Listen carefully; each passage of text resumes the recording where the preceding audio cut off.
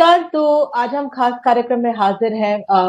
कांग्रेस की भारत जोड़ो यात्रा किस तरह से आगे बढ़ रही है, इस पर हम चर्चा करेंगे। हमारे साथ जयराम रमेश, कांग्रेस के वरिष्ठ नेता मौजूद हैं। कांग्रेस से जुड़ी हुई एक महत्वपूर्ण खबर आज आई जब सुप्रीम कोर्ट ने फैसला लिया कि राजीव गांधी के जो हत्यारे हैं उनको रिहाई दे दी गई। एक अनुच्छेद संविधान के है 142, उसके तहत स्पेशल पावर्स दी जाती हैं और उसके तहत सुप्रीम कोर्ट ने फैसला लिया। कांग्रेस ने इसकी तीखी प्रतिक्रिया दी है। जयराम जी, रमेश जी ने भी तीखी प्रतिक्रिया दी है। उन्होंने कहा है दुर्भाग्यपूर्ण है, ऐसा नहीं होना चाहिए, अस्वीकार्य है। फिलहाल वो उससे कुछ कहना नहीं चाह रहे और हम ये मानते हैं, सम्मान करते हैं इसका। उनका यही कहना है, कांग्रेस ने प्रतिक्रिया दे दी है। लेकिन भारत जोड़ो यात्रा जो आज 65वें दिन पहुंच गई है, वो उसी से आज आए, थोड़ा सा समय निकाल रहे हैं, हमारे लिए जुड़े हैं। जयराम रमेश जी, 65 दिन हो गए भारत जोड़ो यात्रा को, आगे बढ़ रही है। क्या हासिल ये कर पा रही है? तमाम सवाल लोग पूछना चाह रहे हैं। क्या आकलन है आपका? आप भी वहां पे इतने दिन से चल रहे हैं, संचालन हो रहा है इसका, क्या हासिल हो रहा है इससे? निधि, पहले तो मैं बता दूं कि सुप्रीम कोर्ट राजीव गांधी के हत्यारों की जो जो रिहाई किए गए हैं उनके बारे में मैंने एक स्टेटमेंट दिया है और इस पर अभिषेक सिंघवी ने भी एक प्रेस कॉन्फ्रेंस ली है।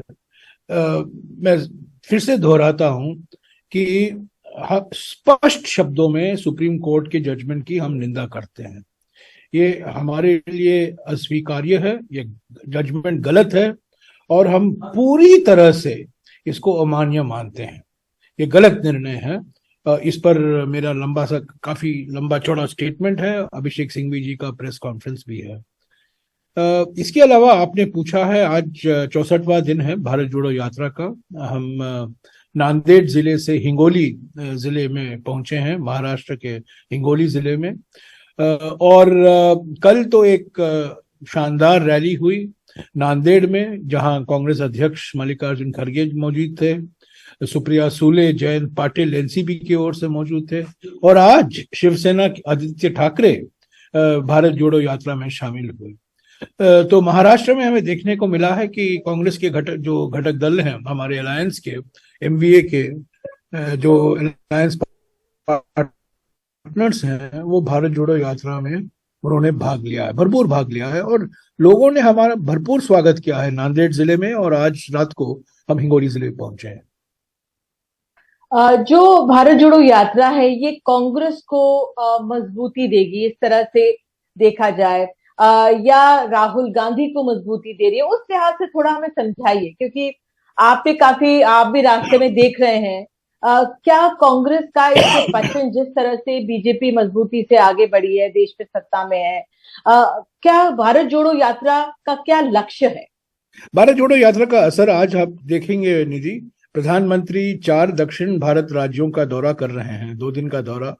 कई फाउंडेशन स्टोन ले रहे हैं, कई इनॉग्रेट कर रहे हैं, बड़े फोटो अपॉर्चुनिटीज हैं। और ये 4 दक्षिण भारत के देश इसीलिए चुना गया है, राज्य चुने गए हैं, क्योंकि यहीं से भारत जोड़ो यात्रा पिछले 60 दिनों से गुजरी है। और मैं समझता हूँ बीजेपी बौखला गई है, काफी घबराई हुई है।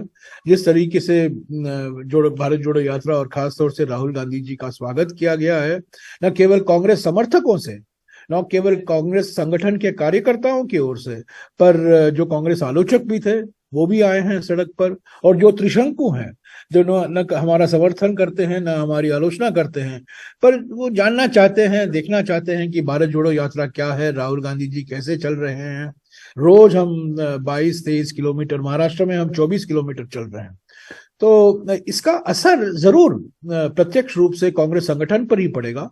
कांग्रेस संगठन, कांग्रेस कार्यकर्ता में नई जोश आई है, नई उत्साह है, नई उमंग है। और ये बिल्कुल सही है कि डायरेक्ट इम्पैक्ट जो है वो हमारे संगठन पर पड़ेगा। क्या इसका चुनावी असर 2024 के लोकसभा में देखा जाएगा कि नहीं, मैं नहीं बता सकता हूँ। उसका विश्लेषण हम बाद में कर सकते हैं। पर अभी भारत जोड़ो यात्रा का आधा हिस्सा खत्म हुआ है, पूरा हुआ है। नांदेड़ में जब कल रैली हुई, एग्जैक्टली आधा भारत जोड़ो यात्रा हमने पूरा किया था और 60-70 दिन बाकी हैं। उसके बाद हम बैठेंगे, इसका असर कैसे होगा, इसका फॉलोअप एक्शन क्या होगा, इससे संगठन को हम कैसे मजबूत बनाएं, ये सब देखा जाएगा। पर आज मैं विश्वास के साथ कह सकता हूं कि लोगों में एक जो कहते हैं ना नैरेटिव, कांग्रेस का नैरेटिव जो है भारत जोड़ो यात्रा से जुड़ा हुआ है, कि लोग सड़क पर निकले हुए हैं, राहुल गांधी जी सड़क पर निकले हुए हैं, 60-65 दिनों से चल रहे हैं, 23-24 किलोमीटर चल रहे हैं, लोगों से मिल रहे हैं, अलग अलग संगठनों से बातचीत हो रही है, सड़क पर दोपहर को अपने कमरे में। तो ये एक मास कांटेक्ट, एक बहुत बड़ा जनसंपर्क अभियान के रूप में देखा जा सकता है। बिल्कुल, क्योंकि जो इस तरह की पदयात्राएं बहुत पहले हम सुना करते थे कि जो नेतागण लेते थे, बापू को सुना था हमने लेते थे, और ये भी राहुल गांधी का जो ये पारंपरिक तरह से जो भारत की राजनीति में ये पदयात्रा लेना, क्या उनकी अपनी इमेज मेकओवर को भी, क्योंकि नहीं विपक्ष नहीं, कई नामों से बुलाता रहा, क्या उनकी ये अपनी नांदेड़ एक में इमेज मेकओवर नहीं, भी इमेज है ये? मेकओवर नहीं है निधि, इमेज मेकओवर नहीं है। मैंने एक बार बार कहा है, ये न्यू राहुल गांधी नहीं है, ये असली राहुल गांधी दिखाई दे रहे हैं, ये रियल राहुल गांधी हैं। जो मीडिया ने उनको डिस्टॉर्ट किया है, मीडिया ने उनकी छवि खराब की है, ये असली राहुल गांधी जी आप दिखाई दे रहे हैं। और कल उन्होंने नांदेड़ में कहा, इस विशाल जनसभा में उन्होंने कहा कि मेरे लिए ये तपस्या है। ये दूसरी या तीसरी बार कह रहे हैं कि मेरे लिए तपस्या, मैं इस भारत जोड़ो यात्रा को तपस्या के रूप में देखता हूँ। आर्थिक विषमताएं हैं, सामाजिक ध्रुवीकरण के खिलाफ, आर्थिक विषमताओं के खिलाफ, राजनीतिक तानाशाही के खिलाफ हम आवाज उठा रहे हैं। ये मन की बात नहीं है, ये जनता की चिंता है। और जब तक उन्होंने कहा कि ये तपस्या है, जब तक मैं नहीं खुद देखूंगा और महसूस करूंगा कि क्या चिंताएं हैं, बेरोजगारी की, महंगाई की, किसानों की, जो इंडस्ट्रियल वर्कर हैं, जो असंगठित क्षेत्र में काम करते हैं, उनकी, महिलाओं की, युवकों की, तो मुझे पूरी जानकारी नहीं होगी। तो उनके लिए भी एक कनेक्टिविटी प्रोग्राम है उनके लिए। एक मैं कहूँ तो राहुल गांधी जी के लिए एक कनेक्टिविटी है, और कांग्रेस पार्टी के लिए एक कलेक्टिविटी है। हमारा सामूहिक शक्ति फिर से हम खोज रहे हैं, और सामूहिक शक्ति हम देख रहे हैं। हमेशा हम व्यक्तिगत रूप से राजनीति देखा करते थे, पर अभी हम देख रहे हैं कि सामूहिक शक्ति, कांग्रेस संगठन की सामूहिक शक्ति ब्लॉक के स्तर पर, जिले के स्तर पर, राज्य के स्तर पर दिखाई दे रही है। और राहुल गांधी जी के लिए ये कनेक्टिविटी है, लोगों के साथ डायरेक्टली संपर्क में रहना। मीडिया मीडिएटरी रोल नहीं कर रही है, सीधा जनता से बात कर रहे हैं। बिल्कुल। इसी को थोड़ा सा आगे बढ़ाते हुए, क्योंकि अब राहुल गांधी की कमी अभी हिमाचल प्रदेश की जैसे वोटिंग होने वाली है सरपट से, हालांकि राहुल गांधी ट्वीट कर रहे हैं कि वहां पर प्रतिमाह महिलाओं को 1500 रुपए दिए जाएंगे, बुजुर्गों के लिए ओपीएस सिस्टम लेकर आया जाएगा, और नौकरियों की बात वो करें। लेकिन राहुल गांधी की कमी आपको नहीं लगता खलेगी? हिमाचल के चुनावों में खली है। भारत जोड़ो यात्रा चुनाव जीतो यात्रा नहीं है, चुनाव जिताओ यात्रा भी नहीं है। भारत जोड़ो यात्रा भारत जोड़ो यात्रा है। जैसा कि मैंने कहा, ये जो 3 तरीके से जो भारत तोड़ा जा रहा है, मोदी सरकार की नीयत के कारण, मोदी सरकार के नीतियों के कारण, आर्थिक विषमताएं, सामाजिक ध्रुवीकरण, राजनीतिक तानाशाही, उसके खिलाफ हम आवाज उठा रहे हैं। चुनाव जीतो यात्रा नहीं है, चुनाव जिताओ यात्रा भी नहीं है। हाँ ठीक है, वो हो सकता है कि वो गुजरात में 1-2 दिन जाएंगे, अभी तक कुछ फैसला नहीं हुआ है। पर हिमाचल में जाना थोड़ा मुश्किल, कठिन पड़ रहा था, क्योंकि हम तेलंगाना में थे और तेलंगाना से हम महाराष्ट्र में आ रहे थे, तो कोई डेट, और उसी दिन खड़गे जी भी हमारे अध्यक्ष शिमला में थे। तो राहुल गांधी जी ने कहा है कि मेरे लिए प्राथमिकता भारत जोड़ो यात्रा है। चुनाव होते रहेंगे, संगठन लड़ता रहेगा चुनाव, हमारे अध्यक्ष हैं, हमारे प्रभारी हैं, हमारे कार्यकर्ता हैं, हमारे उम्मीदवार हैं। तो राहुल, ये तो राज्य के स्तर पर चुनाव है ना, ये तो नेशनल चुनाव नहीं है, ये लोकसभा के लिए चुनाव नहीं है। बिल्कुल। इसी से एक एक कड़ी जुड़ती है सर। जो गुजरात की बात है, अब गुजरात में भी राहुल गांधी नहीं जा रहे हैं, और गुजरात एक ऐसा है जहां पे पिछली बार जब अभी 10-12 दिन बाकी हैं, अभी तक रुक जाइए। अभी ये मत कहिए कि नहीं जा रहे, हो सकता है जाएंगे, हो सकता है जाएंगे। जो भारत जोड़ो यात्रा का रेस्ट डे होता है, 13 तारीख को विश्राम का दिन है, बाद में मेरे ख्याल में 21 या 22 को विश्राम का दिन होगा, जब महाराष्ट्र से हम मध्य प्रदेश जाएंगे। हो सकता है वो गुजरात जाए, मैं नहीं जानता हूँ, उसका फैसला अभी तक नहीं हुआ है। पर हमारी प्राथमिकता, हम बिल्कुल पहले दिन से हम कहकर आ रहे हैं कि चुनाव से लेना देना कुछ नहीं है। ये चुनाव अपने, अगर हम चुनाव में लग जाएंगे तो ये भारत जोड़ो यात्रा पर इसका नकारात्मक असर होगा, क्योंकि हम चाहते हैं कि भारत जोड़ो यात्रा सफल हो, क्योंकि एक बहुत क्रांतिकारी कदम है, ऐतिहासिक कदम है, कांग्रेस के लिए नहीं, भारत की राजनीति के लिए ये एक ऐतिहासिक क्षण है और इसको पूरी तरीके से हमें सफल करना है। और कल नांदेड़ में राहुल गांधी जी ने कहा, कुछ भी हो हम श्रीनगर में जाएंगे, जनवरी के अंत तक जी श्रीनगर में पहुंचेंगे और भारत जोड़ो यात्रा सफल तरीके से हम समाप्त करेंगे। जी बिल्कुल। और एक ही सवाल चलते चलते मैं ये भी पूछूंगी, क्योंकि आप मुख्य सबसे बड़ी विपक्षी पार्टी हमारे देश की, अब जैसे बिल्किस मामले में रिहाई हुई, या फिर छावला का रेप केस हुआ जहां पर सुप्रीम कोर्ट ने फैसला पलटा, अमूमन हम उम्मीद करते थे कांग्रेस जैसी विपक्षी पार्टी सड़कों पर नजर आएगी, जैसे निर्भया वाले मामले में हुई थी। अब वो नहीं हो रहा है। आपको नहीं लगता कि उसकी भरपाई या तो कांग्रेस बिजी है कुछ रैलीज में या फिर भारत जोड़ो यात्रा में? नहीं और नहीं, जो बिल्कुल ऐसे नहीं, ये जो महिलाओं के मुद्दे नहीं नहीं, गलत है, गलत है, ये गलत रीडिंग है। हमने जब ये मुद्दे आते हैं, राष्ट्रीय मुद्दे आते हैं, राज्य के स्तर पर जो मुद्दे आते हैं, हमने उठाया है। हमारा पार्टी का पोजीशन क्या है उस पर हमने हमने बयान दिए हैं, प्रेस कॉन्फ्रेंस किए हैं, हमने लोगों को समझाया है और हम चुनावी नजरिए से नहीं देखते हैं। ये मुद्दा है, अगर मानव अधिकार का मुद्दा है, महिलाओं का मुद्दा है, युवकों का मुद्दा है या श्रमिकों का मुद्दा है, हम उठाते रहेंगे। ये चुनाव से कुछ लेना देना नहीं है। ठीक है। आम आदमी पार्टी दिल्ली के चुनावों पर हम देख रहे हैं इतनी एक्टिव है, कांग्रेस बिल्कुल नहीं है। आम आदमी पार्टी गुजरात में जगह बना रही है, कांग्रेस मीडिया बना रही है उनके लिए, पर जमीनी स्तर पर मैं समझता हूँ हिमाचल से तो भाग गए हैं वो। पहले तो बिल्कुल ढंडोरा पीट रहे थे कि पंजाब के बाद हिमाचल का टर्न होगा, पर वो हिमाचल में तो दिखाई नहीं दिए। हिमाचल में कांग्रेस की सरकार जरूर आ रही है। और गुजरात में 2 पार्टी कॉन्टेस्ट है, बीजेपी बनाम कांग्रेस। यहाँ वहां कुछ शहरी इलाकों में आम आदमी पार्टी मौजूद है, पर मीडिया में तो मौजूद है जरूर। मीडिया में तो जरूर मीडिया है, सोशल मीडिया में भी मौजूद है। पर मैं समझता हूँ चुनाव के दिन में आप देखेंगे मुकाबला बीजेपी और कांग्रेस के बीच में ही होगा। बिल्कुल। देखिए, ऐसी हमारे देश में पार्टियां हैं जो बीजेपी के बी टीम हैं, ये आम आदमी पार्टी हो या ओवैसी की पार्टी हो, ये सब वोट कटिंग पार्टी होते हैं। ये सब अलग अलग राज्यों में जाते हैं वोट करने के लिए। ओवैसी तो 3-4 बिहार में वोट कट किए हैं, महाराष्ट्र में वोट कट किए हैं, गुजरात में भी वोट कट करने की कोशिश कर रहे हैं। तो ये सब बीजेपी की बी टीम है। मुकाबला सिर्फ बीजेपी और कांग्रेस के बीच में है। बिल्कुल। और आखिरी सवाल राहुल के लुक पर, वो टी शर्ट और ट्राउजर्स में तो नजर आ रहे हैं, लेकिन बियर्ड आ रही है, जरा ये जो इमेज है उनकी, उसके बारे में जरा बताइए, कौन सलाहकार है?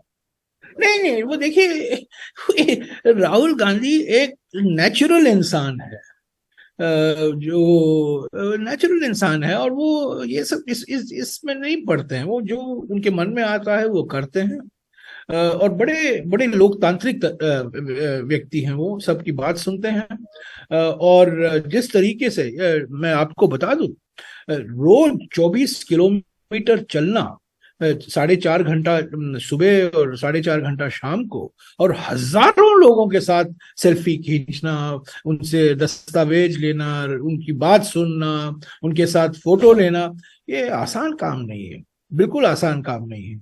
तो मैं समझता हूं कि ये ऐसे ही पद यात्रा ने किसी पॉलिटिकल पार्टी ने तो पहले तो निकाला ही नहीं था। ये ऐतिहासिक है, पहली बार किसी पॉलिटिकल पार्टी ने 3570 किलोमीटर लंबा पद यात्रा निकाला है। और वास्तविक है कि सारा मीडिया का फोकस राहुल गांधी जी पर है, पर यह मत भूलिए कि राहुल जी के साथ 120 भारत यात्री हैं, उनमें से 1/3 महिलाएं हैं और औसत आयु 38 साल की है। और देश के अलग अलग राज्यों से ये भारत यात्री है। और ये 120 भारत यात्री रोज राहुल जी के साथ 24 किलोमीटर चलते हैं, कंटेनर में सोते हैं। और मैं समझ ये एक सामूहिक यात्रा है, ये किसी एक व्यक्ति की यात्रा नहीं है। हाँ, वास्तविक है कि मीडिया का अटेंशन, मीडिया का फोकस सब राहुल जी पर है, क्योंकि वो हमारे नेता हैं, पर इनके साथ भारत यात्रियों को नहीं भूलना चाहिए। और खास तौर से ये 30 महिलाएं जो हैं, और हमारे सबसे युवा भारत यात्री 24 साल की वैष्णवी है, और वो महाराष्ट्र से है। और जो 30 महिलाएं हैं, जो आप बता दीजिए, 30 महिलाएं हैं। मैं आपको एक आंकड़ा देता हूँ निधि। महाराष्ट्र से 9 भारत यात्री हैं, 9 में से 5 महिलाएं हैं। महाराष्ट्र एक ऐसा राज्य है जहां से भारत यात्रियों में महिलाओं की संख्या पुरुषों से ज्यादा है। तो ये बहुत उत्साहजनक है, बहुत उत्साह है, नई उमंग है। जैसा कि मैंने कहा, औसत आयु 38 साल की है। तो ये एक नया कांग्रेस दिखाई दे रहा है, नया कांग्रेस दिखाई दे रहा है। अंत में कभी राहुल ने आपसे बात की कि जब से ये यात्रा शुरू हुई या 65 दिन तक, क्या उनके मन में भाव बदले, या कभी कुछ कहा उन्होंने, शेयर किया हो आपसे? देखिए, अभी तक हम 5 राज्य खत्म हुआ है भारत जोड़ो यात्रा में, और राहुल जी ने 5 प्रेस वार्तालाप किए हैं, 5 प्रेस कॉन्फ्रेंस किए हैं। हमारे देश में एक राजनीतिक व्यक्ति हैं, एक नेता हैं जो मुख्यमंत्री थे, मुख्यमंत्री के कार्यकाल में उन्होंने प्रेस कॉन्फ्रेंस नहीं किया। 8 साल में प्रधानमंत्री हैं, प्रधानमंत्री होने के बावजूद वो उन्होंने प्रेस कॉन्फ्रेंस नहीं की। पर पिछले 60 दिनों में राहुल जी ने 5 जगहों में, तमिलनाडु में, केरला में, कर्नाटका में, आंध्रा में, तेलंगाना में उन्होंने प्रेस वार्तालाप की। और 17 तारीख को महाराष्ट्र की मीडिया से मिल रहे हैं, और ये अनस्क्रिप्टेड है। ये सवाल जवाब, कोई भी सवाल कुछ भी पूछ सकता है। राहुल जी, आपकी दाढ़ी इतनी लंबी क्यों है, आप ये टी शर्ट क्यों पे, कुछ भी आप सवाल पूछिए, वो उस सवाल का जवाब देंगे बड़े नेचुरल तरीके से। तो मैंने कहा ना, ये न्यू राहुल गांधी नहीं है, ये असली राहुल गांधी है जो मीडिया ने छिपा कर रखा है। बिल्कुल।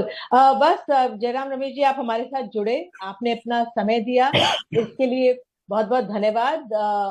आगे भी आपसे बातचीत होती रहेगी, आगे बहुत बहुत धन्यवाद। नमस्कार। तो आइए अब दिल्ली के चुनावों का रुख करते हैं। दिल्ली के जो एमसीडी चुनाव होने वाले हैं, तो दिल्ली नगर निगम चुनाव के लिए आम आदमी पार्टी ने अरविंद केजरीवाल ने 10 गारंटी नाम से आज अपना घोषणा पत्र जारी किया है। इसके तहत आपने 10 वादे किए। साफ सुंदर दिल्ली, कूड़े का नया पहाड़ नहीं होगा, भ्रष्टाचार मुक्त एमसीडी, नक्शा पास कराना आसान, पार्किंग की समस्या दूर करेंगे, आवारा पशुओं की समस्या से निजात होगी, नगर निगम की सड़कों की मरम्मत, निगम के स्कूल, अस्पताल शानदार बनाएंगे, दिल्ली के पार्कों का शहर बनवाएंगे, अस्थायी कर्मचारी पक्के होंगे, समय से सैलरी मिलेगी, बहुत अहम है, व्यापारियों को सुविधाएं, इंस्पेक्टर राज खत्म होगा, रेहड़ी पटरी के लिए वेंडिंग जोन। एमसीडी पर पिछले 15 सालों से आपको बता दें बीजेपी का कब्जा, और बीजेपी अरविंद केजरीवाल के 10 गारंटी पर सवाल उठा रही है। बीजेपी नेता संबित पात्रा का कहना है कि जिनके लिए आज करप्शन पर वारंट है वो क्या गारंटी देंगे। जिन लोगों ने कहा है कि हम सरकार में नहीं आएंगे, हम राजनीति नहीं करेंगे, वो अगले दिन पार्टी बना लेते हैं। हमारे साथ 2 खास मेहमान हैं। सौरभ भारद्वाज प्रवक्ता है आम आदमी पार्टी के, और आलोक वत्स नेता बीजेपी के हमारे साथ हैं। सौरभ जी, पहला सवाल आपसे ही, जो ये 10 वायदे किए गए एमसीडी के, कैसे भरोसा करें, और जरा इनकी गहराई से हमें समझाइए कि क्या रणनीति है इनको लागू करने की, कैसे लागू करेंगे? हाँ निधि जी, सबसे पहली बात तो मैं ये कहूंगा कि देखिए, आम आदमी पार्टी एमसीडी में विपक्ष में है। एमसीडी में 15 साल से भारतीय जनता पार्टी का राज है। तो आम आदमी पार्टी तो ये कहेगी कि भाई अगर हमें सत्ता मिलती है तो हम ये सब कुछ करेंगे, और भारतीय जनता पार्टी ये बताएगी कि भाई हम 15 साल से सत्ता में थे, ये हमारा रिपोर्ट कार्ड है, हमने ये किया और ये आगे करेंगे।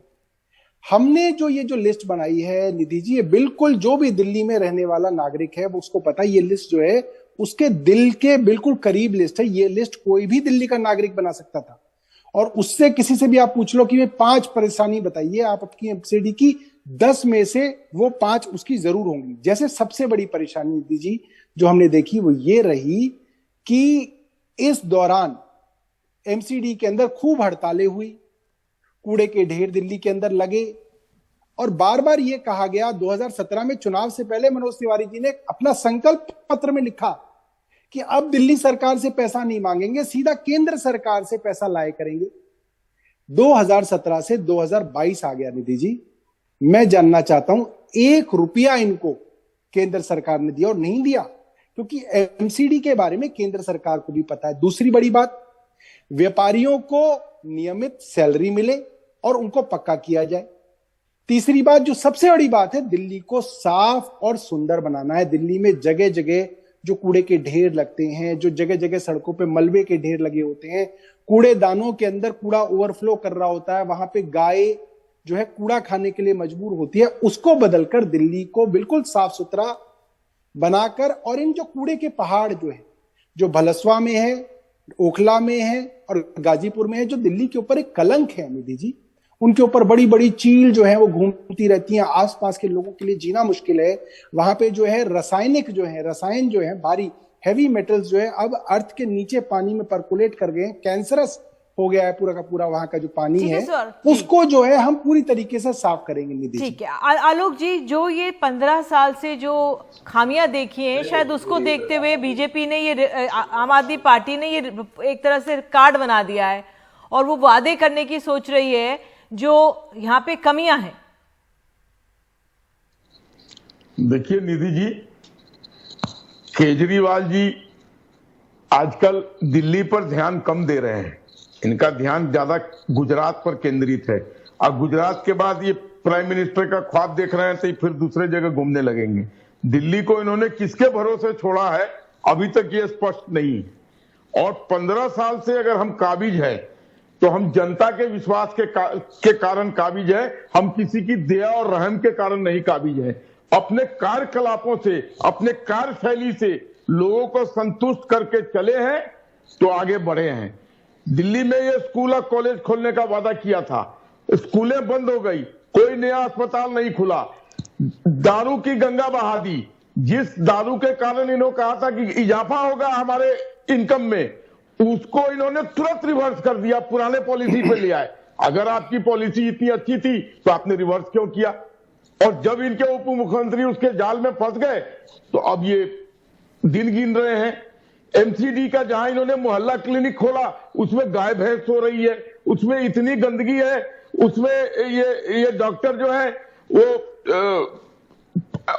देखते हैं 10 पेशेंट और बिल बनाते हैं 100 पेशेंट का। और रही बात कूड़ों की ढेर की, तो कूड़ों का फलसफा में, गाजीपुर में और ओखला में जो 3 कूड़ों का ढेर है, उस कूड़े के ढेर को साफ सफाई करने के लिए मशीनें इंस्टॉल कर दी गई हैं और सोलर मशीन भी लगाई जा चुकी है, वेस्ट टू एनर्जी प्लांट भी लग चुका है और हमने उसके डेट से स्पेसिफाई कर दिए हैं कि जिन डेट तक वो समतल भूमि हो जाएगी वहां कोई कूड़े का पहाड़ नहीं बच पाएगा। तो कोई टाइम फ्रेम है इसके लिए? कोई टाइम फ्रेम बनाया है सर? बिल्कुल निधि जी, टाइम फ्रेम दे रखा है। बाय दिसंबर फलसफा खत्म हो जाएगा, बाय मई गाजीपुर, उसके बाद जो तीसरा है वो दिसंबर तक। आप हंसिए, we will have the last laugh, अंतिम हंसी हमारी होगी, चाहे गुजरात हो चाहे दिल्ली। आप अभी जितना हंसना है हंस लीजिए सौरभ जी। सौरभ ये जो आलोक जी बात कह रहे हैं, ये दिसंबर की डेडलाइन दे रहे हैं जी। मुझे लगता है कि आलोक जी कभी उन कूड़े के पहाड़ों पे गए नहीं है। ये मैं सरकारी आंकड़ा बता रहा हूँ एमसीडी का, जिस स्पीड से ये कूड़े के पहाड़ों पे काम हो रहा है, अखबार में छपा है एमसीडी का आंकड़ा, 199 साल लगेंगे इस कूड़े के पहाड़ को हटाने में। और ये कह रहे दिसंबर क्यों कह रहे हैं? क्योंकि दिसंबर में चुनाव हो जाएंगे, फिर कौन पूछ रहा है, फिर 5 साल बाद दोबारा मुलाकात होगी। निधि जी इतने परेशान हैं, मैं आलोक जी से ही पूछना चाहता हूं, मुझे एक दिल्ली के अंदर मकान बता दो, किसी का एक बिल्डिंग बता दो जो बिना एमसीडी के काउंसलर और जेई को 5 लाख रुपए लेंटर का दिए बिना वो बन जाता है। निधि जी हर लेंटर पर रेट तय है, जहां पे आपका स्टूडियो है GK1 वहां पे 5 लाख रुपए जो है प्रति लेंटर का रेट तय है। जहां मैं रहता हूं वहां पे 1.5 लाख रुपए का जो है वो लेंटर का जो रेट तय है वो एमसीडी लेती है। इस भ्रष्टाचार को हम लोग खत्म करेंगे। दूसरी बात निधि जी, सबसे ज्यादा लोग इस चीज से परेशान है कि जितनी भी इंटरनल रोड्स है, आपकी कॉलोनी के अंदर की जो गलियां हैं, रोड्स हैं, उनका बहुत बुरा हाल है। बरसात में पानी भर जाता है, वो सारी की सारी एमसीडी की हैं, जिसको हम लोग पूरी तरीके से पीडब्ल्यूडी की तर्ज पे जो है उनको हर 5 साल के अंदर बनाया जाएगा। और सबसे बड़ी बात यह है कि पूरे 5 साल जो है एमसीडी फंड का रोना रोती रहती कि हमारे पास फंड नहीं है, हमारे पास फंड नहीं है। केजरीवाल जी ने वादा किया कि फंड लाने की जिम्मेदारी मेरी है, मैं किसी केंद्र सरकार से फंड लाने नहीं जाऊंगा, दिल्ली सरकार से लेके आऊंगा और तनख्वाह भी समय पे देंगे, एमसीडी के प्रोजेक्ट्स भी समय पे किए करेंगे। एक आप देखिए निधि जी, आपका जो स्टूडियो है उसके बाहर ही आपको दिख जाएगा कि आवारा पशु पूरे दिन खड़े रहते हैं, जबकि दिल्ली के अंदर जितनी गाय हैं उनको गौशाला के अंदर होना चाहिए, मगर सिर्फ भ्रष्टाचार के चलते वो हमारी जो गौ माता है वो कूड़े के खत्ते पर कूड़ा खाती हुई मिलती है। हमने कहा है कि आधुनिक लेकिन गौशालाएं बनाएंगी, गायों को गौशाला में भेजेंगे, आपको याद होगा, कुत्तों के लिए भी। जी, आपको याद होगा एक समय आता है जब हमारे एमसीडी के कर्मचारी धरने पर जाते हैं, उनकी तनख्वाहें उनको समय पे नहीं मिलती। हम एमसीडी से पूछते हैं, बीजेपी का राज बताया जाता है, हम आप लोगों से पूछते हैं, आप लोग कहते हैं हमारे हाथ में नहीं, लेकिन वो जो स्थिति बनती है वो दुरुस्त होनी बहुत जरूरी है। जी निधि जी, मैं बताऊं, ये जब नया नोटिफिकेशन लाए पार्लियामेंट के अंदर, इन्होंने पूरी एमसीडी को यूनिफाई कर दिया। इन्होंने कहा कि अब एमसीडी डायरेक्ट केंद्र सरकार के अंदर, अब केंद्र डायरेक्ट पैसे देगा। मैं आलोक जी से पूछना चाहता हूं, अब तो 8 महीने हो गए केंद्र सरकार के अंदर आए, कितने करोड़ रुपए केंद्र सरकार ने इन्हें दिए, आपके स्टूडियो पे बता दें। 1 रुपया इनको नहीं दिया निधि जी, क्योंकि इनकी पूरी की पूरी जो प्लानिंग है वो पूरी की पूरी प्लानिंग ही ये है कि काम करना नहीं और सिर्फ जो है रोते रहना है, हमारे पास पैसा नहीं है, हमारे पास पैसा नहीं है। अरे काउंसलर तो आपके सारे करोड़पति हो गए, एमसीडी कंगाल है और काउंसलर मालामाल है। आलोक जी, 2017 में निधि जी, आलोक जी, सारे के सारे काउंसलर्स के टिकट जो है भारतीय जनता पार्टी ने काटे थे, इसीलिए काटे थे क्योंकि इन्हें पता था कि इनके काउंसलर बदनाम। दिल्ली की जनता, आप दिल्ली की जनता पर उंगली उठा रहे हैं। अगर दिल्ली की जनता सेटिस्फाइड नहीं थी, संतुष्ट नहीं थी, तो क्यों हमको तीन बार से सरकार में बनाए रखे हुए हैं? आप उनके नियत पर उंगली उठा रहे हैं। और रही दूसरी बात, आप ये बात मत कीजिए, आपने दिल्ली के लोगों को गैस के चेंबर में मरने के लिए छोड़ दिया है। यही केजरीवाल जी हैं जो छाती पीट पीट के कहते थे पंजाब की पराली जलने से ये सारा कुछ हो रहा है, हमारी सरकार आने दो, हम पराली खत्म करके और वहां पर ऐसी ऐसी मशीनें लगा देंगे कि बिल्कुल किसी तरह का पोल्यूशन नहीं होगा। आज साउथ यूपी में 33% कमी आई है पराली जलाने में और 37% कमी आई है हरियाणा में, लेकिन 21% फीसदी हुई है आपके पंजाब में। और आपके चीफ मिनिस्टर पंजाब के और केजरीवाल जी दिल्ली के, ये गुजरात घूम रहे हैं। इनको दिल्ली के लोगों से कोई मतलब नहीं है। और हमने जब तीनों एमसीडीज का एकीकरण किया, उसके बाद से लगातार नियमित रूप से सभी को सैलरी मिल रही है। आपके कहां मिल रही है? लोगों को सैलरी नहीं मिल रही थी, नहीं मिल रही। निधि जी, मैं आज भी आपको फैक्ट बता रहा हूं और चैलेंज करके दे रहा हूं कि अभी भी टीचर्स की सैलरी जो है नहीं मिली है। जुलाई से टीचर्स की सैलरी बंद है। जुलाई से टीचर्स को सैलरी नहीं मिली है एमसीडी के गैस में जी रहे हैं, जबकि केंद्र सरकार के अंदर है। क्या कम करने के लिए क्या कवायद की आपने? जवाब दीजिए, क्या कवायद की आपने दिल्ली के प्रदूषण को कम करने की? प्रदूषण की बात भी है, बिल्कुल आलोक जी, आप उनका, हम प्रदूषण पे तो सवाल उठाते हैं, हम आदमी पार्टी से उठाएंगे, आपसे भी उठाएंगे, लेकिन अगर वो सैलरी की बात जो कह रहे हैं, क्या शिक्षकों को नहीं मिली है, वो जरा जवाब दे दीजिए जो पूछ रहे हैं। फिर प्रदूषण पे मैं पूछूंगी इनसे भी। जुलाई से सैलरी नहीं मिली है टीचर्स को। निधि जी, मैं बता रहा हूं आपको, ऑन रिकॉर्ड बता रहा हूं, एक प्रवक्ता होने के नाते, एक विधायक होने के नाते मैं बता रहा हूं, मेरी लोगों से बात होती है। इन्होंने जुलाई से टीचर्स की सैलरी नहीं दी है, जबकि अभी सीधा केंद्र सरकार के अंदर है। और तीसरी बात निधि जी, 15 साल का शासन है। आलोक जी तो बहुत पुराने आदमी है, ये 15 अपनी उपलब्धियां बता दें कि एमसीडी में इन्होंने 15 बड़े काम करे हैं 15 साल के शासन में, ये बता दें। इनके पास पूरा समय है, कुछ तो बताएं कि क्या रिपोर्ट कार्ड है 15 साल में, क्या दिल्ली वालों के लिए, क्या किस बात पे ये वोट मांग रहे हैं? पोल्यूशन के लिए वोट मांग रहे हैं। अरे पूरे उत्तर भारत के अंदर पोल्यूशन है, अब क्या पोल्यूशन के ऊपर वोट मांगना पड़ेगा? एक उपलब्धि भारतीय जनता पार्टी के पास नहीं है निधि जी। 2017 में भी ऐसी हालत थी और 2017 में इन्होंने माना कि इनके जितने भी, आलोक जी बोलना नहीं चाह रहे, लेकिन 2017 में देखिए 2017 में भी इन्होंने माना था कि इनके जितने भी काउंसलर हैं, सिटिंग काउंसलर, वो इतने अनपॉपुलर हैं लोगों के बीच में कि उन सब के टिकट जो है भारतीय जनता पार्टी ने 2017 में काटे थे और इस बार भी ये कह रहे हैं कि अब भी जो काउंसलर है वो इतने अनपॉपुलर है, उनके टिकट भी काटेंगे। इन्हें खुद मालूम है इनके काउंसलरों ने कोई काम नहीं किया है। चलिए सौरभ, ये बहस चलेगी। यमुना की सफाई का प्रदूषण भी हमने देखा, वो मसला भी किस तरह से तीखा हुआ छठ के दौरान। ये तमाम आरोप प्रत्यारोप का दौर जारी रहेगा। आप दोनों जुड़े, इसके लिए बहुत बहुत शुक्रिया। आलोक जी कह रहे हैं वो सुन नहीं पा रहे हैं। बहरहाल तमाम सवाल हैं, लेकिन जो दिल्ली की जनता है वो देखती है, समझती है। देश की राजधानी है ये, और एमसीडी का महत्वपूर्ण इसमें रोल होता है। एक छोटा सा हम लोग ब्रेक ले रहे हैं, उसके बाद लौटेंगे। बने रहिए हमारे साथ।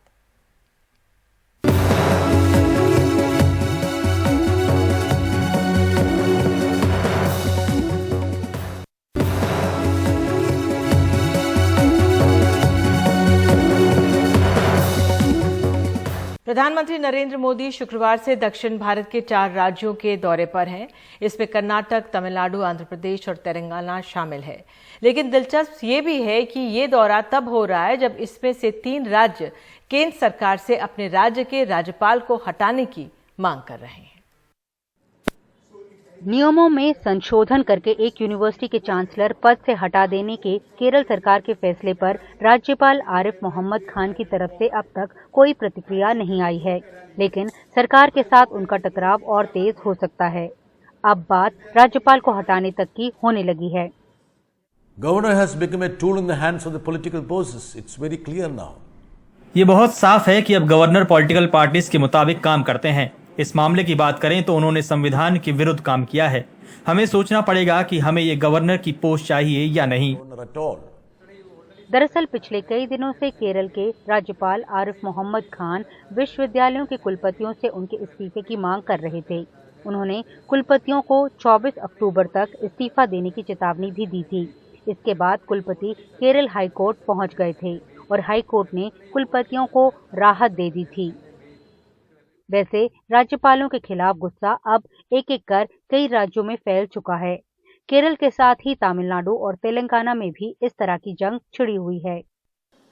तमिलनाडु की डीएमके सरकार ने तो राष्ट्रपति द्रौपदी मुर्मू को एक ज्ञापन सौंपकर राज्यपाल आरएन रवि को बर्खास्त करने की मांग की है।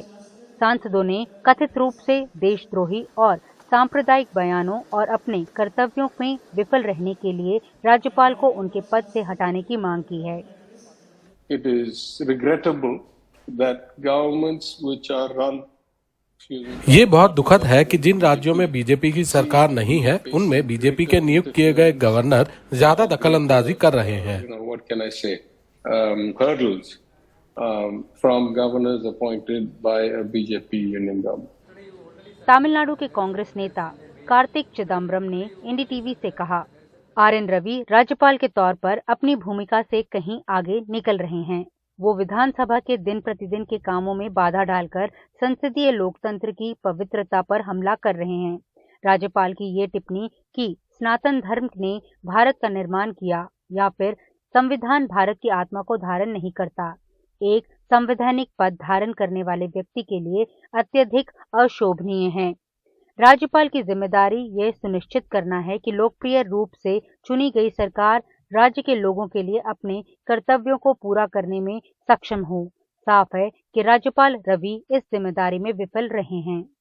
जिस प्रकार से गवर्नर्स एक तरह से उनकी जो कार्यशैली रही है बीते कुछ वर्षों में, मैं समझता हूँ अलग अलग राज्य में अब यही बात होगी, क्योंकि अब ये गवर्नर रह ही नहीं गए, कस्टोडियन ऑफ द कॉन्स्टिट्यूशन नहीं है, ये कस्टोडियन ऑफ बीजेपी जी इंटरेस्ट।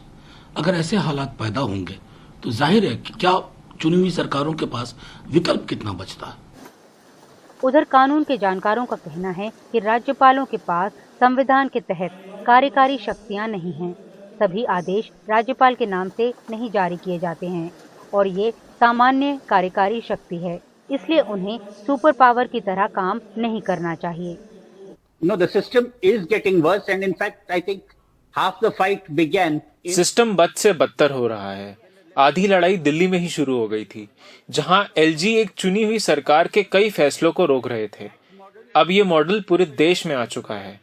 अब गवर्नर्स एक इंसान को रिपोर्ट करते हैं और उन्हीं से इंस्ट्रक्शन लेते हैं। They report to a crown and they take instructions from it.